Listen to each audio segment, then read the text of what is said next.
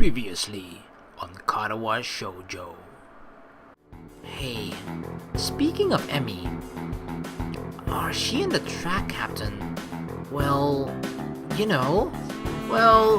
I don't suppose you're the first to think that, but I think I can say with some certainty that the two of them will never do anything like that.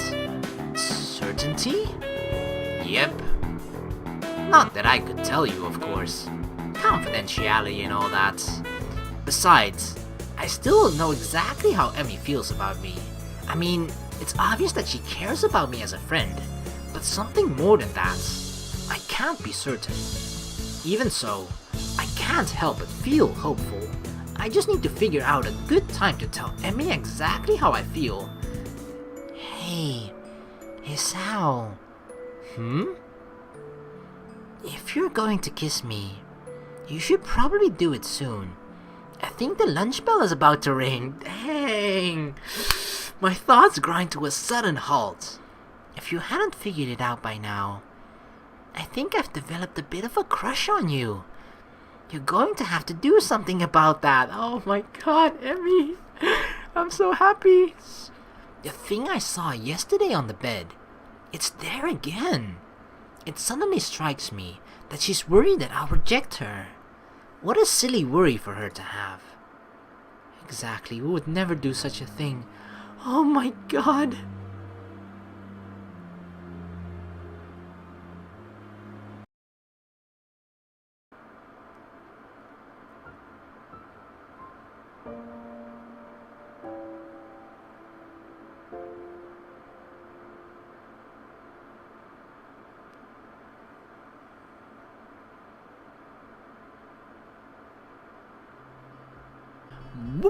What's up, people? We are back with more of Katawa Shoujo.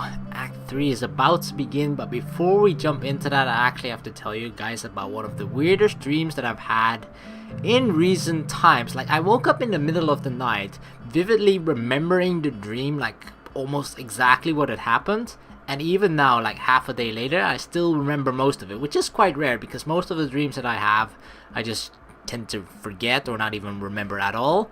Or forget over the course of the day, but this one I still remember quite clearly. So it's a dream, right? When you see like things that aren't exactly, that doesn't necessarily make sense when you think about it. It's just so obvious that like, yeah, something is amiss here, but you're still inside the dream. You're going with the flow of the dream, and it was really strange. Yeah. So first of all, some of the people may not know, but like the type of music that I used or listen to a lot, not as much as of late, but I used to be really into K-pop, and I've listened to it for like the past 6 years, if not more or something. And yeah, the people that have watched my stream, for example, may know that they saw the posters on my wall, which was of a particular K-pop artist, IU, which is pretty much she's my K-pop waifu. Okay, my girlfriend doesn't mind, I hope, but she's my K-pop waifu. And this sort of last night, I basically had a really strange, weird dream about her. It went this way, yeah? So I recognized the sort of neighborhood that I was in. It was the same neighborhood where I was, and for some reason I was walking home with, I believe, my sister. I don't know. But so we were walking home, and it was already strange, the fact that there were airplanes basically not flying around, but they're like riding on wheels throughout the neighborhood, like freaking jet buses, 747s, whatever the freak you want to call it. They're just driving around like there was just a casual tour. Like instead of car traffic, it was actually like airplane traffic, just driving behind each other. And then when I was close to my home, like for some reason they were like driving right behind each other, all of the airplanes right in front of my house, or near my house, at least very close to it. And for some reason, walking amongst or in between all those planes, there she was, IU, walking with someone else, which I think ultimately was like, I don't know, manager or whatever, but yeah. So I saw an IU just waving, and then she waved back, and then my heart just flutters, and then I run over there, and like, oh my god, so starstruck, and my fanboy side basically takes over, and amidst all the chaos and whatnot, I was ultimately, I think, asked for like a picture or something, and then the weirdest shit happened, yeah? It was that, for some reason, I think actually that I thought I was in the Philippines, even though it doesn't make sense because the neighborhood was exactly the same as my own, except for the fact that airplanes were walking around there. Well, not walking, but driving. But yeah, for some reason I thought I was in the Philippines, so I was asking for a picture, but I didn't think that I had my own phone with me, so I asked the person that was with her, which I think was the manager, to make a picture of us together. And for some reason that person didn't allow the picture to happen unless she was like 5 feet behind me. You know how you sort of trick the camera angle where it makes it look like you're sort of standing together, but she's like standing really far away, and that's the only way that I was allowed to have a picture with her. So it was really freaking weird, yeah. And so I was like standing in front of the camera or the phone or whatever it was taking a picture. I actually don't remember that part. And then 5 foot behind me or whatever, she was standing there like, yeah, okay, picture time. And then for some reason I wanted the guy to send me the photo or whatever, and that's sort of when I woke up in the middle of the night like, what the hell just freaking happened? But yeah, I don't even know. It was just strange to me because I don't... usually when I have dreams, I can sort of like, you wake up with this feeling like, I probably had a dream this morning. It's either that or I don't remember that I dreamt at all, but it's never really a dream where I remember this vividly still sort of as to what has happened this long after the dream has occurred. So yeah, that was interesting, I guess. But let's just continue with more Katawa Shoujo. Act 3 has just begun, and this is the part where people have warned me about, where crazy stuff is gonna happen, so prepare yourself, guys. I'm prepared already, so yeah, let's do this. My head's in a spin all through Muto's class. I'm going to have dinner with Emmy, who wants to be my girlfriend, no less. Dang, is it official? A date. And then she kissed me. That kiss. I keep going back to it, playing it over and over again in my mind. Everything about that moment felt so right. My mind drifts off, lost in thoughts of Emmy. Nakai? Hello. It seems like I've drifted a bit too far. Huh? What? Hey, God. You've contracted some kind of amnesia. Someone get the nurse. Who's Egad? What? The class chuckles at Muto's antics. Sorry, sir. That's probably a reference that I didn't quite get. Won't happen again, and all that. Right? Exactly. Muto brightens considerably. Well, lovely to hear. I'd hate to have my star pupil slacking off, after all. Star pupil? What? I've been doing well, but I hardly qualify as a star pupil, I think. I'm fairly certain that this class is a sort that everyone does well in. It's just memorizing formulas. True to my word, I managed to pay attention for the rest of the class. Nakai, may I have a word with you? I wonder if I'm in trouble for earlier. Sure. Am I in trouble? Muto looks genuinely confused for a moment. Beg your pardon? He tilts his head to one side and thinks for a moment. Oh, that. No. You're not in any sort of trouble. There's just a question I want to ask you. What's that? Nothing terrible. I was just wondering what your plans for after graduation are. Are you going to university? Yeah, I guess. I can't really see a reason not to go. Given any thought to what you'll study? Not really, no. I figure I'll come up with something when I get there. That's sadly not how it works here, because I was really struggling as to what sort of I wanted to study after high school as well, but here it's probably, I'm not sure if it's the same way, but here you actually have to pick what you want to study in after high school, the particular like sort of career that you want to go towards or something. So you have to be really specific and make the right choice, which is kind of why I was It was just because I didn't really know back then, which is why I was sort of scared to make a choice as well. But apparently, I don't know. I don't know how it is in different countries. It's probably not the same way, of course. Muto laughs. Taking things as they come, eh?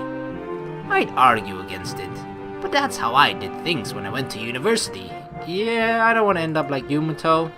Well, not really. I knew I'd go into science, so I just wasn't sure which one. Ended up with physics, but could just have all gone for astronomy, or what have you. Oh, astronomy is awesome. Actually, I did go for chemistry first, but there were all sorts of things. Muto trails off and frowns slightly. Yeah, to be honest, I mean, if it were any other time in the story, we might have cared more about his life story, but our head is full of Emmy, so, you know, we don't really care about this too much at this point. It takes a moment for him to recover his train of thought, and I wait patiently for him to continue. So, anyway, I did a lot of physics as well, because I had an interest in that, but I wasn't sure if it was for me. So I went back to chemistry, and here we are. Yes, brilliant. He smiles at me enthusiastically, as if waiting for me to confirm that yes, here is where we are. Somehow, I get the feeling that Muto had a plan for this conversation, but I'll be damned if I can figure it out. I'm sorry, I'm not following you. Is he trying to persuade me to go into a career of science? Muto frowns and rubs his chin a bit, looking perplexed. He then snaps his fingers, as if he's remembered what the point of all of this was. Right, yes, you. Me?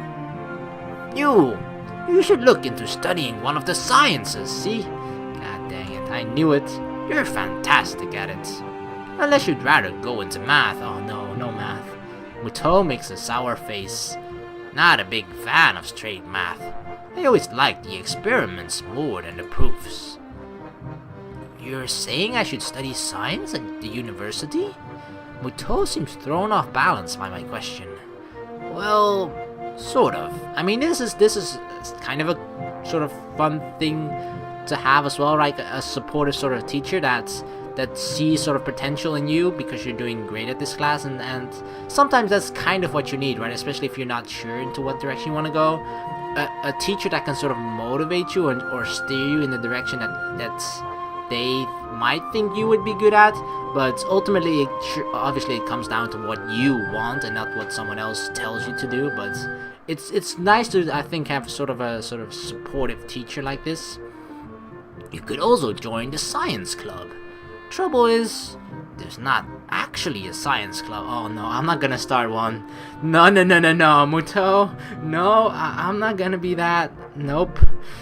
But there could be. You could even be a charter member, a founding father. Of course, you'd need to find other members. Well, only if you wanted to. We could just start it up with the two of us. And, I could give you things to read, and we could talk about them. And I could help you get ready for university and such as well. Wait! Muto rummages around in his briefcase and tosses me a book. Read that. If it's interesting, then we can talk about it. A brief history of time. I don't know if I actually want to read this, but Muto seems pretty excited about this. What's it about? Time, space, space-time, black holes and such. Okay, that's actually fairly interesting. And it's not that dense, just to see if that sort of thing's interesting for you. You understand? Hang around after class, and we can either discuss it, or I can show you how to make explosives in the lab. Oh my god, now he got my attention. You should have started off with that. You want to make things go boom? I'll teach you. He waves a hand at my quizzical expression. Joking. Sorry, okay, you lost me. You almost had me there, Muto. But nope, no science club. Still, I've kept you here long enough for now. Think about science as a career path, Nakai. I think you'd enjoy it. Okay, I will. Thank you for the book. Is he expecting it back? Cause otherwise I'm keeping it. I leave the classroom and look up at the clock. Quite a chunk of time to kill until Emmy's out of practice. I guess I'll give this book a look. I should probably shower as well. Showering before date's only proper, right? I head back to the dorms. I wonder where I'm supposed to meet Emmy anyway. She said after practice, but she didn't say where I should find her. I guess I can just swing by the track. That's probably best anyway. Oh yeah, swing by the track in our tuxedo and whatnot. Dang, all with flowers in our hands, just waiting there, rubbing it in the track captain's face like, yeah, what up, I got Emmy. If she needs a shower, I can just wait for her in her room or something. Or hang out with Rin, of course. I almost laughed and believed that myself. Or in the hallway, I guess. That would be better as well. I take a quick shower, remembering to take my medication once I hop out. Good. Cannot forget that. Now, for a look at this book.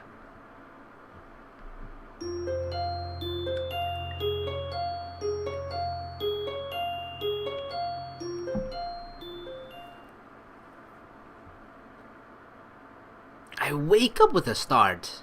Shit! What time is it? A glance at the clock reveals that I've been asleep for nearly an hour. Oh, thank goodness. Emmy's practice should be finishing up soon. Oh, that would be so horrible, right? I mean, this is like the perfect... Things are going really perfect right now, right? We had our first kiss with Emmy. We're about to go on a first date. It would suck if we just managed to somehow sleep through the time when our first date with her is supposed to be, because that's kind of the most important thing, right? That's kind of shapes up for what the rest that's to come, because if the first date is a mess, then it usually means that, yeah, it's probably not gonna work out. But if the first date is a success, then bam, we in there. I throw on some casual clothes and head for the track. What casual? Not even fancy? Somehow, I get the feeling we won't be doing anything fancy for dinner. Emmy doesn't strike me as a very fancy sort of person. Still, I suppose there's a lot I have yet to know about Emmy. Despite our newfound closeness, I still feel like I don't know her as well as I should. Oh well, I have lots of time to fix that. I mean, we've been here, sure there have been like a couple of time gaps in between, but I think it's safe to say we've been here 1 to 2 months, if not a little bit longer than that. So that's not sure we've majority of that time we've actually did spend with Emmy and Rin, but you know, in that short amount of time you don't get to know a person. And usually when you sort of become at this stage like boyfriend and girlfriend, especially when you don't know each other that long, it's you don't know each other that well, and the process of getting to know each other is usually when you become boyfriend and girlfriend, when you get like closer. To be honest, I'm looking forward to getting to know her more. I'm so caught up in my own thoughts that I hardly registered that I'm already at the track, so he just kept walking. Emmy is nowhere to be found. I don't see any signs of the track team. This could be embarrassing. I turn head towards the girls' dormitory when I hear a shout. Hey, Hisao! Aw, look at her. Casual clothes, okay. It would have been bad if we showed up in a tuxedo and then she showed up in these clothes. Then it's either she would have laughed so hard at us or she would have felt embarrassed. But yeah, we didn't really... It was kind of a casual date, right? So I'm glad we didn't do that.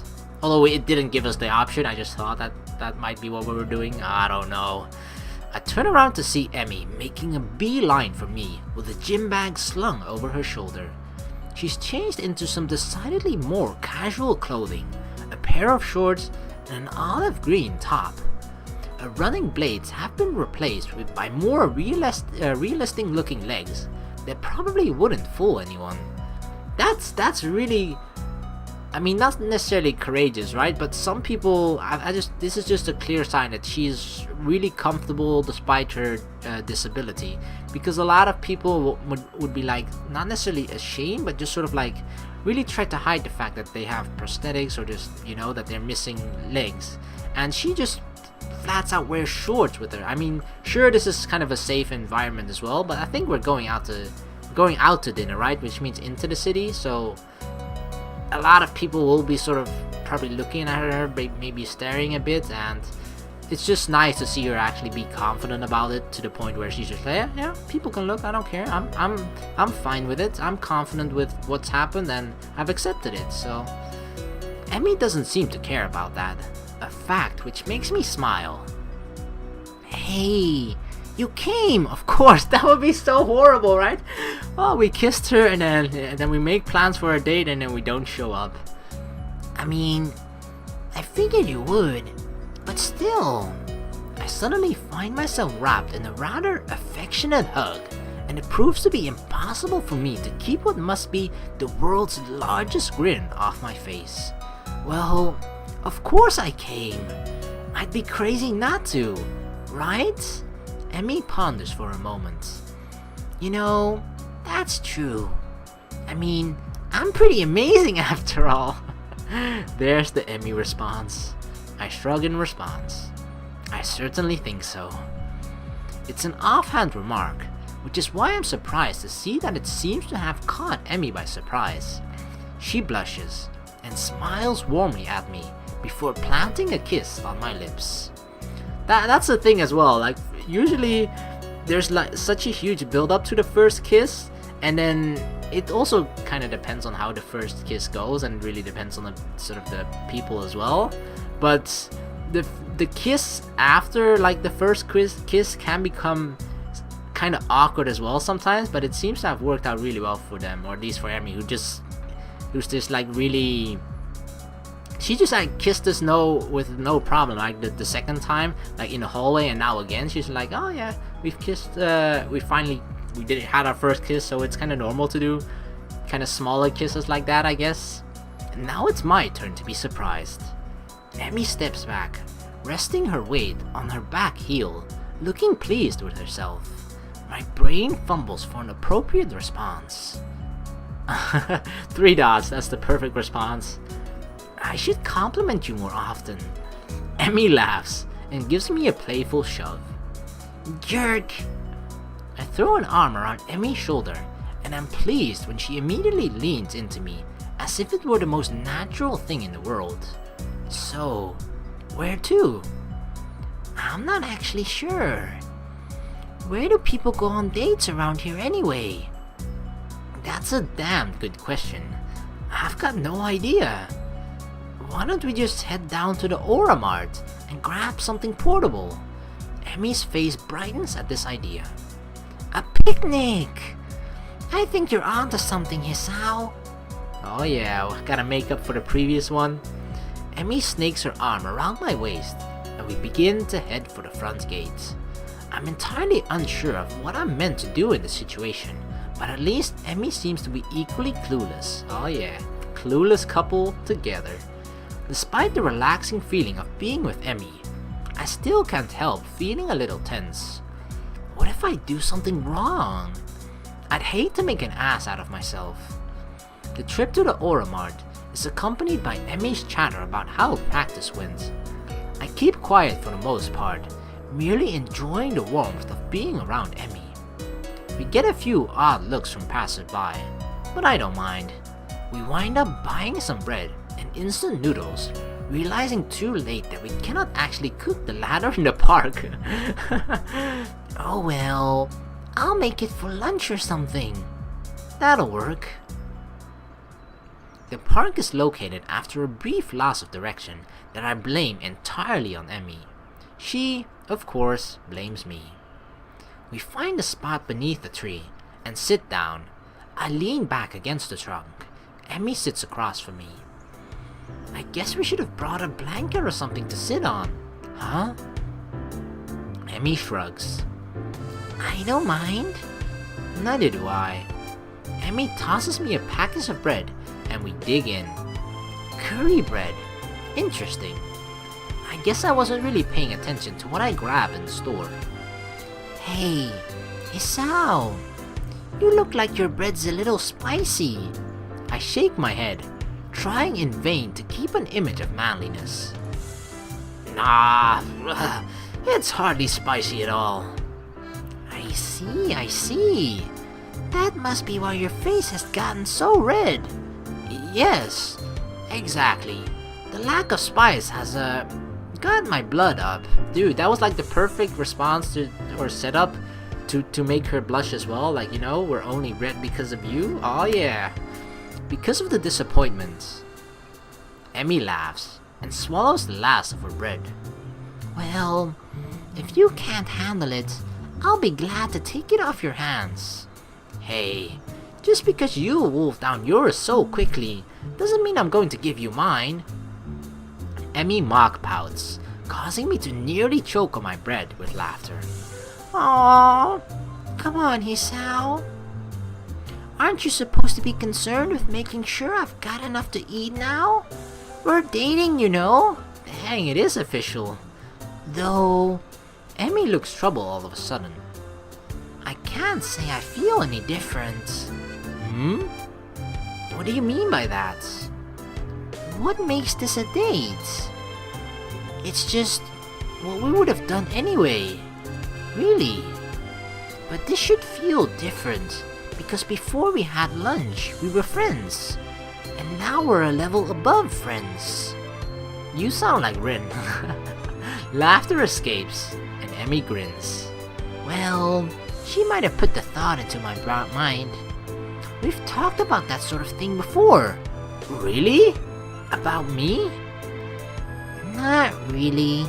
Just stuff, really. Oh, it's the track captain, isn't it? Rin thinks that the change of a label from friend to girlfriend seems arbitrary most of the time. Like there's no difference between the two. I can think of at least one, you know? You don't tend to kiss your friends quite as much. Or at all, you know? For the second time today, Emmy blushes slightly and giggles. I suppose you're right. Exactly. I'm always right about things like this. Emmy rolls her eyes and chuckles. Guess you're pretty smart, huh? I nod in agreement. Yep. Even Muto thinks so. He thinks I should go into some scientific study after graduation. Emmy raises an eyebrow. Oh, really? Yeah. I'm thinking I might actually do just that.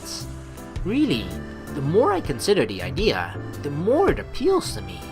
I make a mental note to look into it a little more closely. So, what are you thinking of doing after graduation? Still planning on running? Emmy shrugs, seeming almost a bit hesitant. I don't know. If I'm good enough and I can find a team, I guess. You mean you aren't sure? I haven't really thought about it, to be honest. Really? You probably should, you know. Graduation isn't that far off. Emmy fidgets a little nervously. Yeah, well, it's far enough, right? Besides, I've got other things to think about. There's a mischievous flash behind Emmy's eyes, and I suddenly find myself gloriously pinned against a tree. Like making sure this is a real date, right? Oh yeah, living in the moment. I mean, if we don't kiss, then it's not a date at all, right? I suppose. Strawberries and curry. Not the best combination, but I don't think I mind. Emmy sits back on my legs and grins again. There. Science would approve, right? Yeah, science, bitch! Okay, I didn't mean to call her a bitch, I just meant... I called science a bitch, okay? Science is my bitch because we're that smart. Yeah. I saved it there, nice. I have the oddest mental image of Muto nodding seriously and making a mark on some checklist. I can't help laughing at the idea. Well, I admit, this is the first time I've ever witnessed a kiss being met with laughter. Should I feel offended? No. I'm sure science approves. Emmy beams at me, and I find it increasingly difficult to to keep my brain functioning properly. Oh, good! It's at this point I noticed that Emmy has stolen the remainder of my curry bread while I was otherwise occupied with images of teachers wielding clipboards. Dang, this was all just a ploy! She was like, ooh, I'm gonna kiss him, and then his attention is away from the curry bread, and then she snatches it. Hey! Emmy tries to look innocent, but considering she's just crammed the last bits of my bread into her mouth, it does not appear to be working. Sorry, I couldn't resist. Thief! A shrug from my companion is all I get in response. You used your feminine wiles on me. Kenji was right after all. I wasn't that hungry anyway, but I still feel that the point needs to be made. Emmy seems confused by the phrase feminine wiles, but the understanding dawns on her features after a moment's thoughts. Wasn't anything of the sort. You were laughing. Feminine wiles don't involve laughing. I guess I can't argue with this. That doesn't change your thievery. Emmy laughs at my injured tone and gives me a playful shove. Fine. You can have the instant noodles. Oh yeah, raw instant noodles. Gimme. Are you kidding? That stuff's terrible. If anything, you should definitely eat it as a punishment. Another laugh from the girl sitting on my legs, both of which have fallen asleep by now. Haha, what? I twitch one leg to try waking it up, which has the unintended effect of unbalancing Emmy, who falls to the side with a startled eep. Oops, sorry about that. Legs fell asleep on me. Emmy remains on the ground, giggling. I stand up a little shakily, feeling the nerves in my legs return to normal.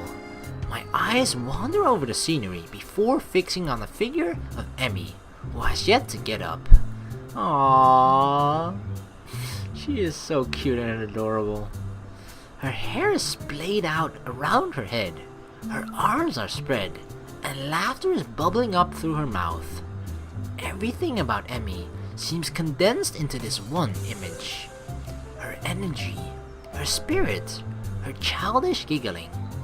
The urge to lay down on the grass with her rises swiftly from the back of my mind to the forefront of my thoughts, and indeed, I am convinced that I would love nothing more than to do just that. Unfortunately, the sun has set, and it is probably time for us to get back to the dormitories. While Emmy may be happy to stay out here all night, I don't think I have that ability. Besides, homework soon beckons. It wouldn't make sense to start thinking about things like university and then slack off about it, would it? I extend a hand to Emmy to help her get up. We should probably get going. Emmy makes a sour face. Aww. She kinda looks sad when she opened her eyes, like surprised, like, oh no, do we need to go already? You're right. She grabs my proffered hand, and I pull her to her feet and into a hug. This time, I'm the one who kisses her, unable to resist having Emmy against me. Seems a shame to leave, you know? Yeah, it does. But if we don't get back to the school soon, we'll probably get into trouble. Do they have like a curfew? Like, yeah, every student has to be in by 7 PM or something? Otherwise, the gate is closed. Emmy pokes me in the ribs playfully. And you need to do your homework, I'm sure. Sadly, you're absolutely right. I throw my arm around her shoulders, and we make the trek back to school, accompanied by occasional bouts of laughter as our conversation jumps from subject to subject. Everything from running, to school, to the peculiar way that one of the cafeteria workers smells.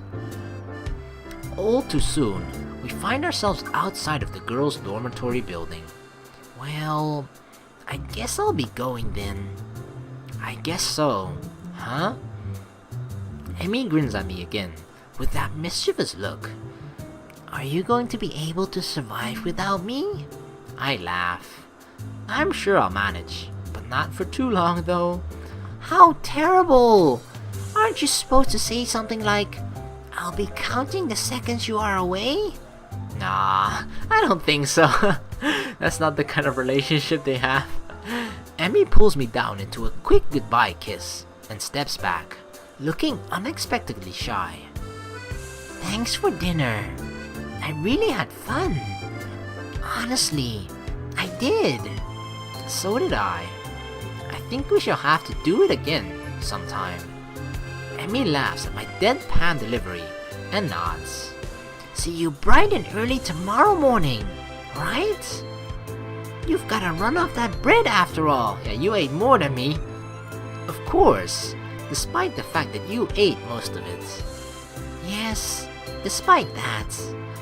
See you later, Hisao. As Emmy turns the head inside, I notice something weird. Something so weird that I'm surprised I didn't notice it earlier. She's limping slightly, favoring the left leg. Oh no. Hey, Emmy! Is your leg okay? Emmy looks confused, or at least fakes confusion. What are you talking about? Your right leg. You're limping.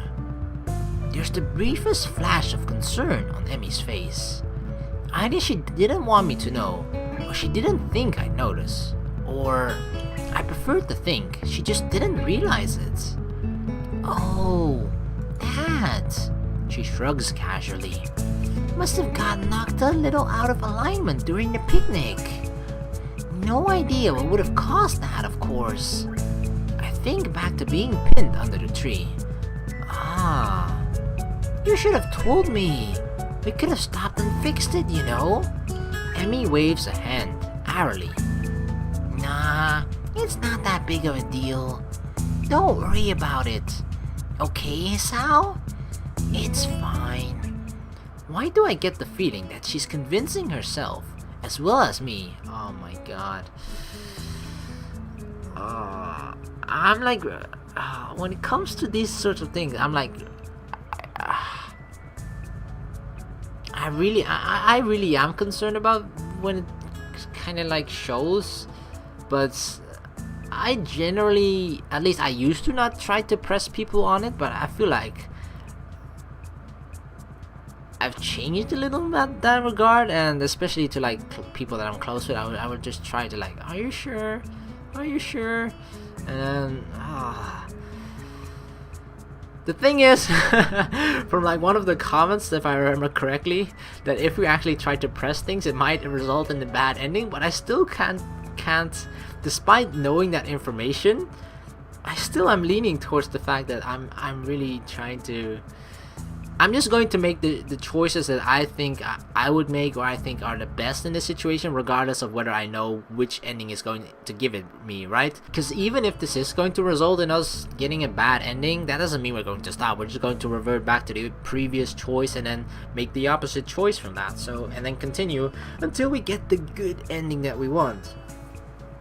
So yeah, I mean, it's safe to say that we're boyfriend girlfriend now, right? So as a boyfriend, it's not entirely wrong or bad to feel concerned about her and to sort of try and really sort of not necessarily push her too much, but at least try to, you know, we can sort of feel when she's trying to hide it. And I don't think that's something, I mean, it sort of depends on a couple too, but you know, a lot of relationships should sort of be built on trust and communication. So let's try and press her a little bit, not too far. Are you absolutely sure? You don't have to go ahead and adjust it before heading up the stairs. You could get hurt if you don't, right? I said it was fine, Hisao. Seriously, don't worry about it. I've got some experience in these matters after all. Yeah, I suppose so. Emmy grins reassuringly. Honestly, Hisao, I appreciate the concern, but I really am okay. Now, really, I need to get going. Your attempts to keep me around are doomed to fail. Of course. Just prolonging the goodbye, I suppose. Another grin lights up Emi's face. Good night, Hisao. Good night.